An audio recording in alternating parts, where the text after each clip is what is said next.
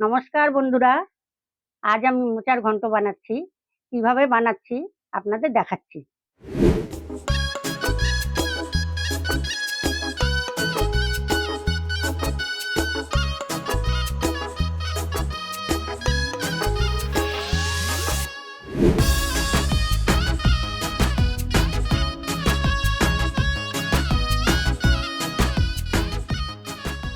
কালকে মেয়ে মোচাটা রেখেছে, তার মা বলেছিল মা তুমি মোচাটা করে নিও।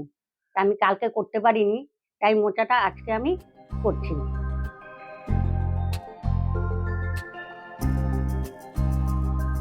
আপনারা এরকম একটা করেও এইভাবে ছাড়াতে পারবেন, তাতে খুব সময় লাগে। মোচাটা এইভাবে কেটে নিতে হবে, এইভাবে ধরে এরকমভাবে এগুলোকে সব ফেলে দিতে হবে। এগুলো শক্ত কাঠির মতো তো, এইগুলোকে ফেলে দিতে হবে।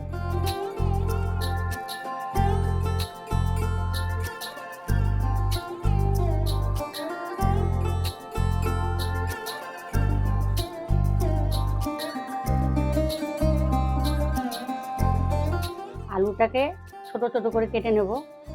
কেটে নিয়ে মোচার সাথে দিলে আলুটা ভালো লাগবে, আর বেশি বড় করে দিলে তার সঙ্গে মিলবে না ওটার সঙ্গে, মোচার সাথে।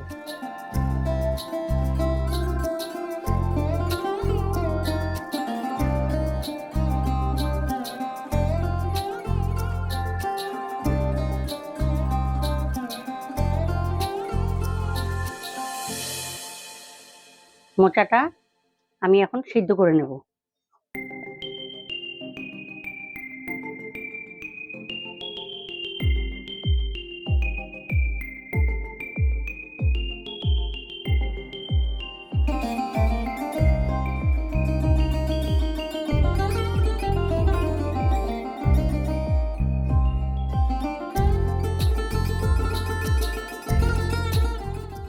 দুটো তিনটে সিটি হবে, সিটির পরে নামিয়ে নেব।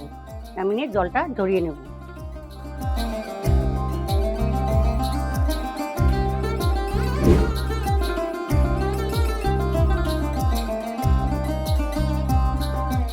ছোট ছোট করে আলুটা কেটে নিয়েছি, এবার আমি ভেজে নেব।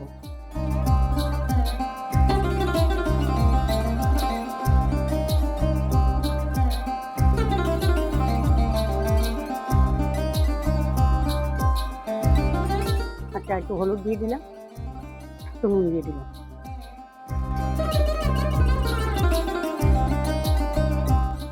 মোচার ঘন্টটা করার জন্য আমি সব রেডি করে নিয়েছি।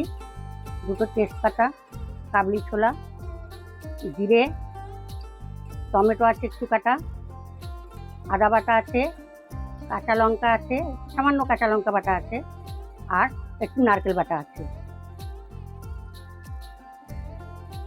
আলুগুলোকে লাল লাল করে এরকম ভেজে এবার আমি তুলে নিলাম।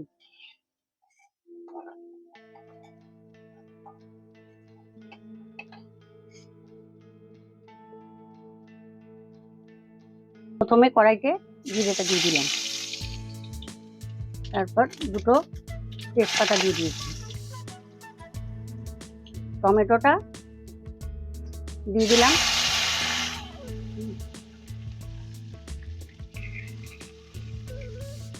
নেড়ে নিলাম।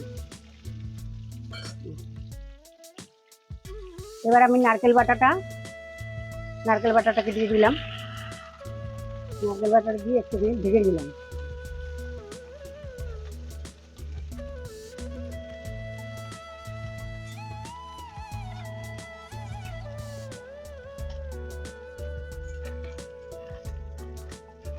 আমি কাবলি ছোলাটা দিয়েছি, আপনারা ইচ্ছা করলে এমনি ছোলাও দিতে পারবেন, তাহলে কাবলি ছোলাটা দিলে একটু টেস্টটা ভালো হবে। এবার আমি ছোলাটাকে দিয়ে দিলাম, কাবলি ছোলা।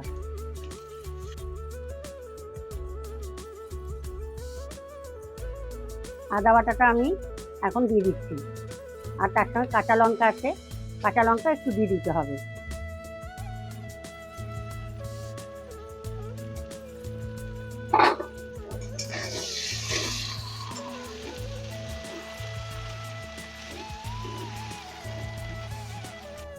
এক চামচ জিরের গুঁড়ো আর এক চামচ হলুদ গুঁড়ো দিয়ে দিয়েছি, 1 চামচ ধনের গুঁড়ো দিয়ে দিলাম, নুনটা স্বাদ মতন দেবেন।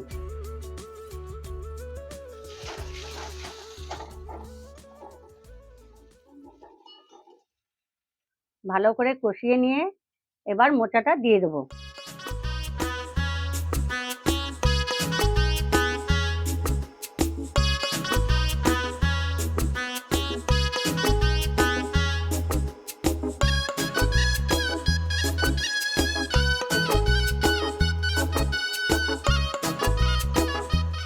এবার আমি ভাজা আলুটাকে দিয়ে দিচ্ছি।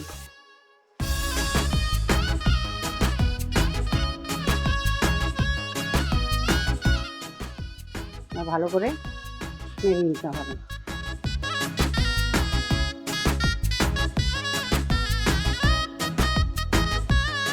এবার একটু মিষ্টি দিয়ে দেবেন, মিষ্টি দিলে তাহলে স্বাদটা ভালো হবে।